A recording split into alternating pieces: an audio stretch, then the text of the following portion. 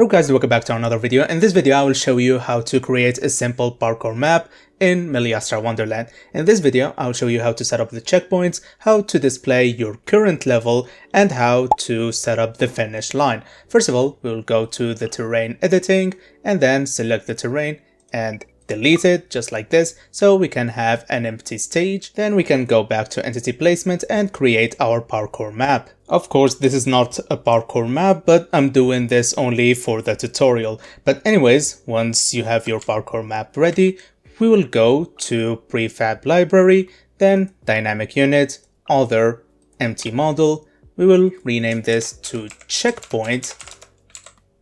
Then we will go to native collision, turn this off. Then the third tab, add common component, collision trigger, advanced editing, add collision trigger, set this to 3, 3, and 3. Then we will take this up by a bit, just like this. And then we will go to the fourth tab, add node graph, open Miliastra sandbox. In here, go to this tab, right click, create node graph, right click the node graph so you can rename it, and let's rename it to something like checkpoint. Now double click on this and go back to Miliastra Wonderland. In here we will go to the combat preset, edit player, second tab, custom variable, advanced editing. Now we will select integer, add new variable, and then 3D vector, add new variable. For the integer we will name it level, and for the 3D vector we will name it checkpoint. Now we can go back to the Miliastra sandbox. Just make sure you remember these two. If you don't remember them, you can always come back to check the names again. In here we have a lot of things to do. First of all, we will grab the when entering collision trigger, then set custom variable. We will put the set custom variable right here. Then we will search for get custom variable, get player entity to which the character belongs, get node graph variable less than or equal to, double branch, set custom variable, get self entity, and get entity location and rotation. With that, we have all the node graphs that we will need. Now we will go to this button right here, and then we will set this to integer, add new variable, and we will name this to anything. I'll just go with temp,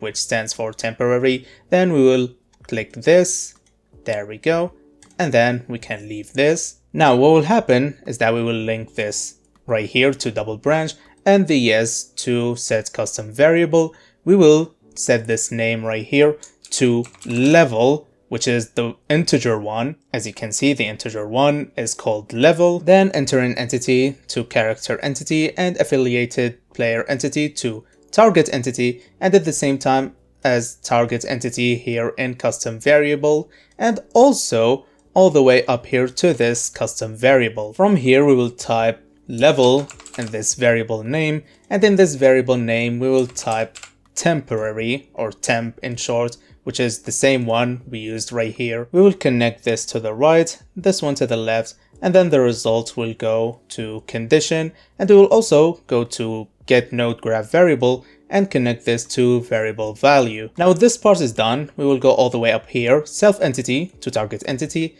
and then location to variable value. Here we will put the 3D vector value name or variable name, which was checkpoint, and then we connect these two together, and this is pretty much done, at least for now.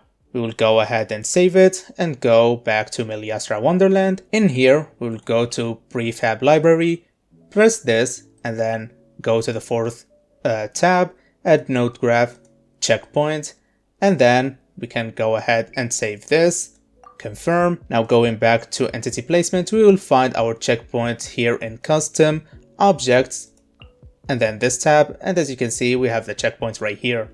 Now the first checkpoint will of course be where the player spawns, so let's put that right here, and then you can take the checkpoint to any place that you want a checkpoint to be in. After you set up all the checkpoints in their places, you will go to the first one right here, and then go to the fourth tab, edit node graph variable, and set this to 1, meaning this is checkpoint number 1. And then we go to the second one, edit node graph variable, this is the second one, and this one right here is the third one, and you continue doing that for other levels. So this is 4 and then this is 5 because I have only 5 levels, I suppose. Next we're gonna display which level we are on, so go ahead and press this right here, manage UI control groups, and then add UI control, press this right here and then text box. From here scroll all the way down and type current level, and then insert variable player themselves and press level. From here it's recommended to turn off the sync information to all devices, so you can set up where this tab right here or this text is for each device, because each device has its own aspect ratio. You can set up the text color and the size as you want. Now as you can see, we have it set for each type of device. Now we will leave by pressing this, and the next thing we're gonna do, which is to make a way so we can respawn, and to do that we will go to dynamic units and then other, empty model. We will rename this to respawn, disable this right here, go to the third tab, add common component, collision trigger, advanced editing, and we can set the collision trigger where we want it. I'll set this for example at 100 and 100, and then we can lower it down so when someone falls underneath the map they will get teleported to their checkpoint.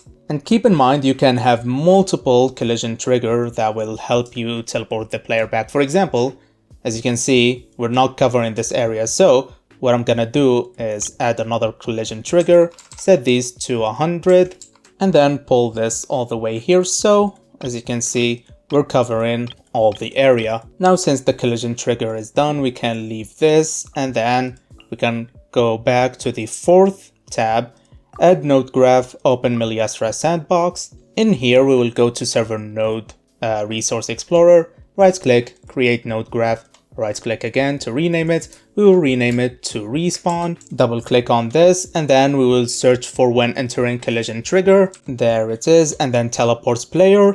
There it is. Now get custom variable, and finally get player entity to which the character belongs. Here we will connect these two and then follow this, which is entering entity to character entity, affiliated player entity to target entity, and to player entity.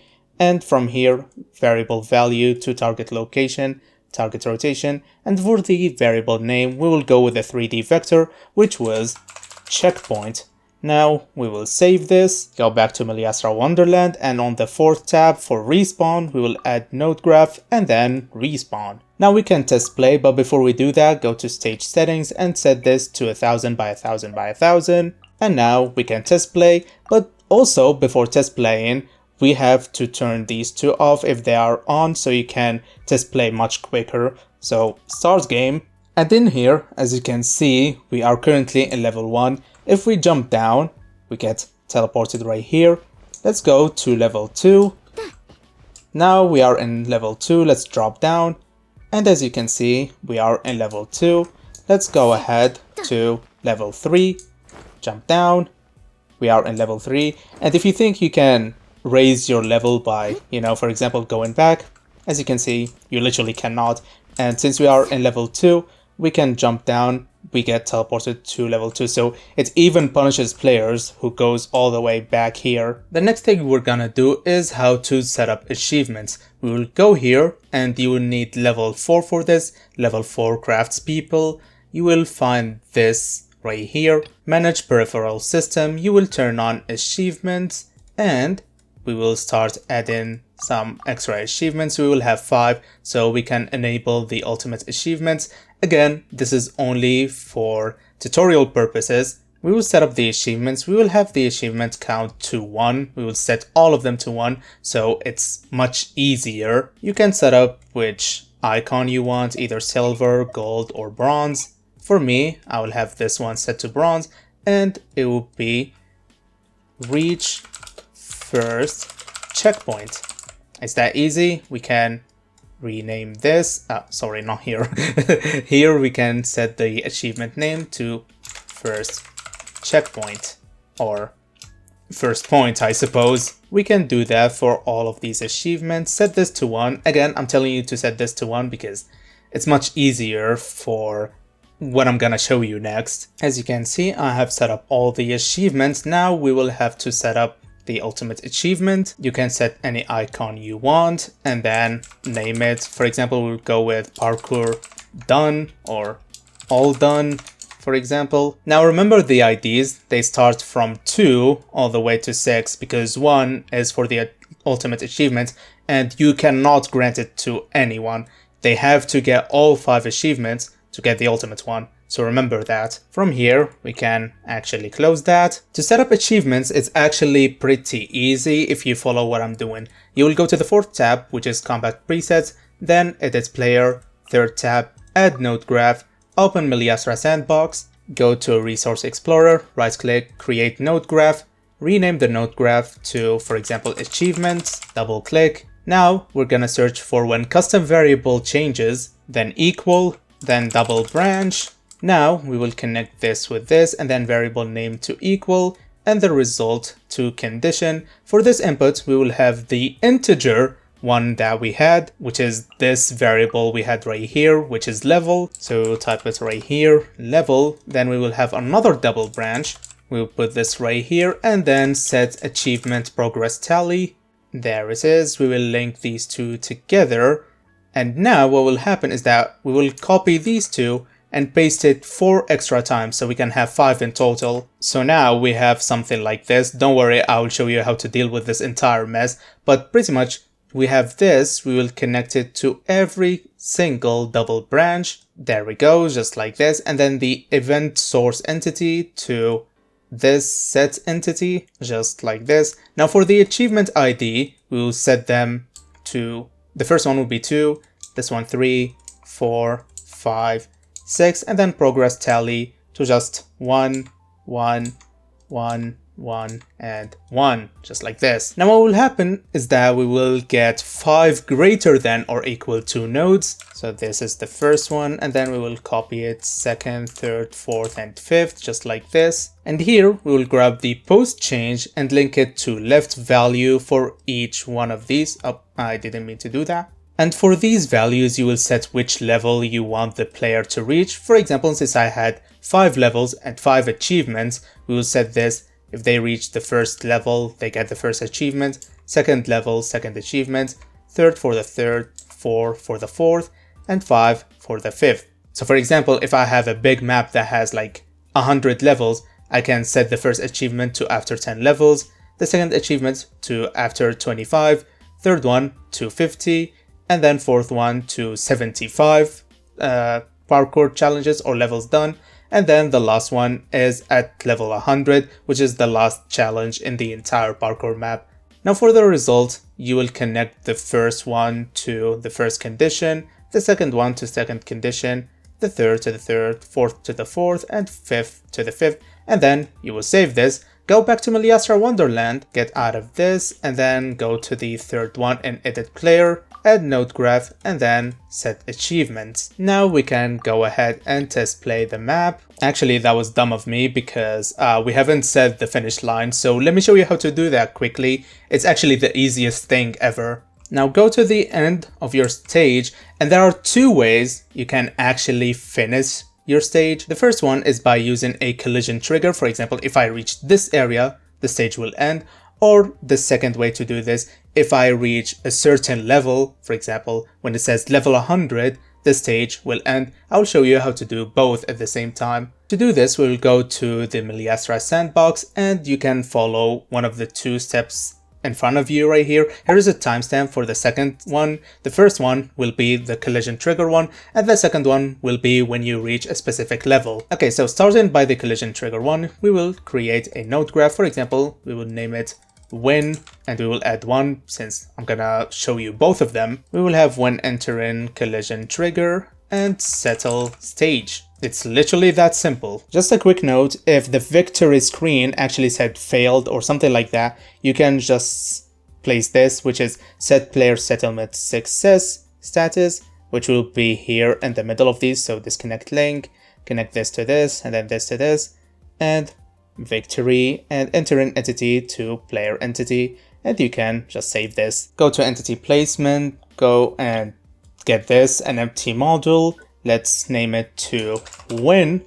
For example, go to the third tab, add a collision trigger, advanced editing, and then you can set the collision trigger somewhere around here. There we go. And then we go to the fourth tab right here, add node graph, and we will set win 1. Now let's go ahead and test it, and you will see as soon as we reach that area, the test play will end. The other way to do it is by creating a node graph, which we will name win 2 because we used win 1 for the collision trigger one. Double click to enter it. We will get when custom variable changes, and then to double branch. We will get equal and then greater than or equal to, and then set player settlement success status, and finally settle stage. We will connect all these together just like this, and then we will set this to victory. We will have the variable name here to equal result to condition, and then post change value right here to left value, and the result right here to condition, and then event source entity to player entity.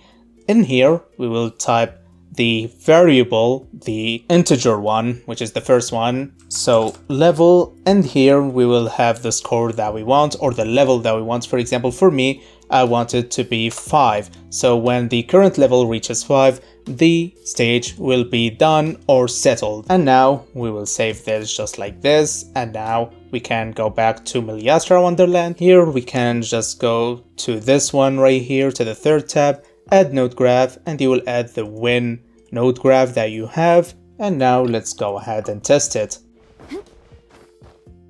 As you can see, it ended the stage immediately. And finally, we have the entire parkour stage ready. We can turn off or turn on this, so we can see if we are getting the achievements. So we are in level 1, we do some parkour, then we reach level 2, we do the same to reach level 3, we continue doing that until level 4, and now the stage will end with a victory screen.